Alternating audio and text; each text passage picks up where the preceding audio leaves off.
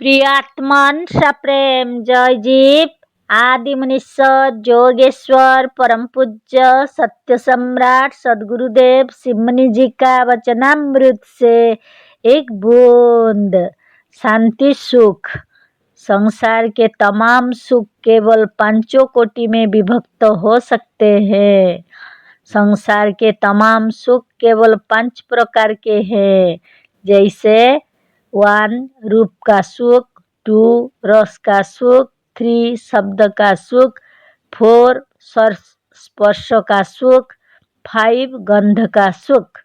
इन पांचों सुखों के सिवा कोई दूसरा सुख संसार में नहीं है। यदि है तो वह सांसारिक सुख या विषय सुख नहीं है, किंतु वह संसार से पर एक अलौकिक सुख है, जिसका नाम ब्रह्मानंद, शांति सुख, स्वरूपानंद व स्वरूप का शांति सुख है। यह दिव्य, अलौकिक, निर्विकार और परम पवित्र सुख व परम शांति तब मिलेगी जब तुम सांसारिक द्वंद्वों से अपने मन को अलग भीतर की ओर या अपनी आत्मा की ओर मुड़ोगे।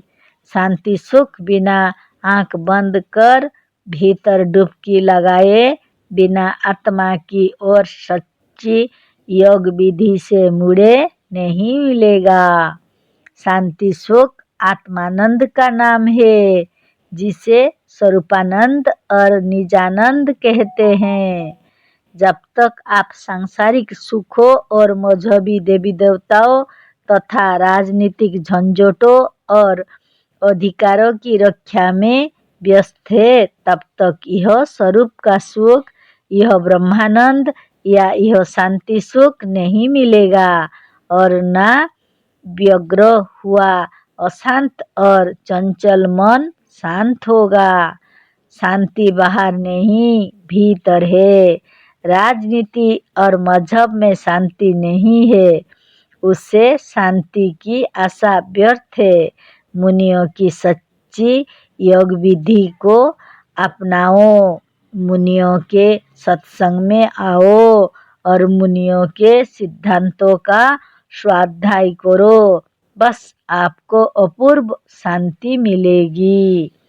जैसे आग पानी से ही बुझ सकती है, उसी तरह से हृदय की अशांति बिना सच्ची योग विधि से आत्मा की ओर लौटे ना मिटेगी।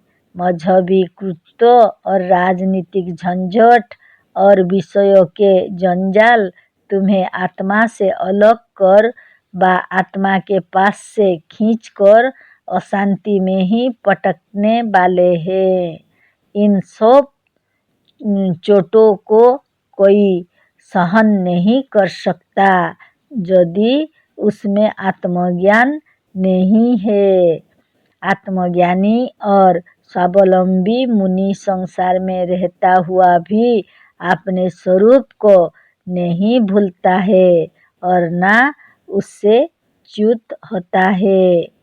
जैसे पागल अपने घर में भी प्रवेश करते डरता है, उसी तरह से अभ्यासी अपने आप में जाते समय आरंभ में कभी कभी डरता है, गुलामी से अलग होते घबराता है।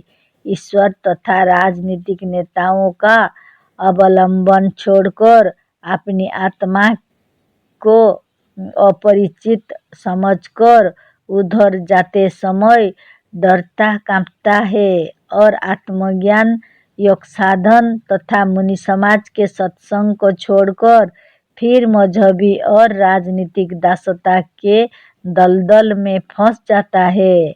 नेतावलंबन, मजहबावलंबन, शासनावलंबन और ईश्वरावलंबन किसी को स्वतंत्र वायु में श्वास लेने नहीं देता।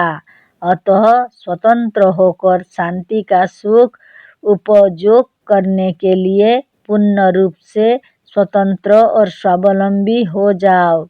ईश्वर का, भाग्य का और देवताओं का तथा नेताओं का भरोसा छोड़ दो। देखो, एक मामूली पक्षी कौवा को लीजिए, ना वह रोगी होता, ना बिना मारे मरता है और ना उसकी स्वतंत्रता में कोई मजहबी या राजनीतिक नियम बाधक होता है। आनंद से खुले आकाश में मुक्त होकर विचरता है, क्योंकि कौवे में मजहब और राजनीतिक शासन नहीं है और ना घूस पाने के लिए उन्हें सताने वाले पुलिस ही है। जय जीव।